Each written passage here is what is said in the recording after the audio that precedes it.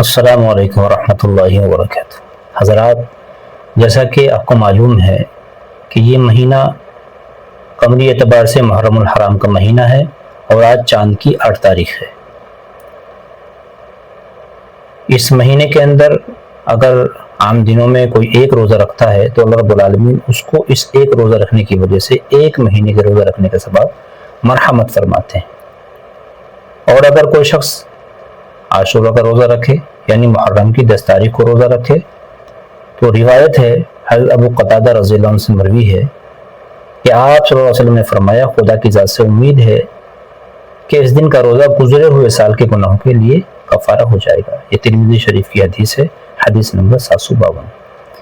تو چونکہ یہود بھی اس دن روزہ رکھا کرتے تھے، اس لیے آپ صلی اللہ علیہ وسلم نے امتیاز کے طور پر کہ ان سے عبادت کے اندر بھی مشابہت نہ ہو، 9 محرم کو بھی روزہ رکھنے کا حکم فرمایا تھا۔ بلکہ حضرت عبداللہ بن عباس رضی اللہ عنہ نے خود آپ صلی اللہ علیہ وسلم کا بھی یہی معمول نقل کیا ہے۔ یہ ترمذی شریف کی روایت ہے، حدیث نمبر 753۔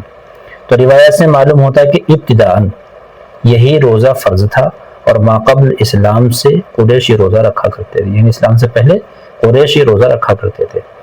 بعد میں جب رمضان کے روزے فرض ہوئے تو اس روزے کی فرضیت منسوخ ہو گئی۔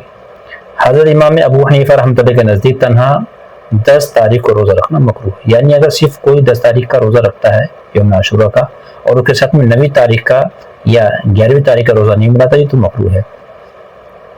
لیکن اگر فی الحال جو یہود کا معمول ہے اگر اس کے اعتبار سے دیکھیں تو چونکہ فی زمانے ہی نہ یہودیوں کے یہاں قمری کیلنڈر مروج ہے اور نہ اس دن روزہ رکھنے کا اہتمام ہے، تو جس وجہ سے اللہ کے رسول صلی اللہ علیہ وسلم نے 10ویں تاریخ کے ساتھ میں 9ویں یا 11ویں تاریخ کا روزہ ملانے کے لیے فرمایا تھا، تو وہ وجہ اس وقت نہیں پائی جاتی۔ تو اس لیے اگر فی الحال کوئی آدمی صرف 10 تاریخ کو روزہ رکھتا ہے، 10 محرم الحرام کو، تو یہ روزہ رکھنا بھی کافی ہو جائے گا۔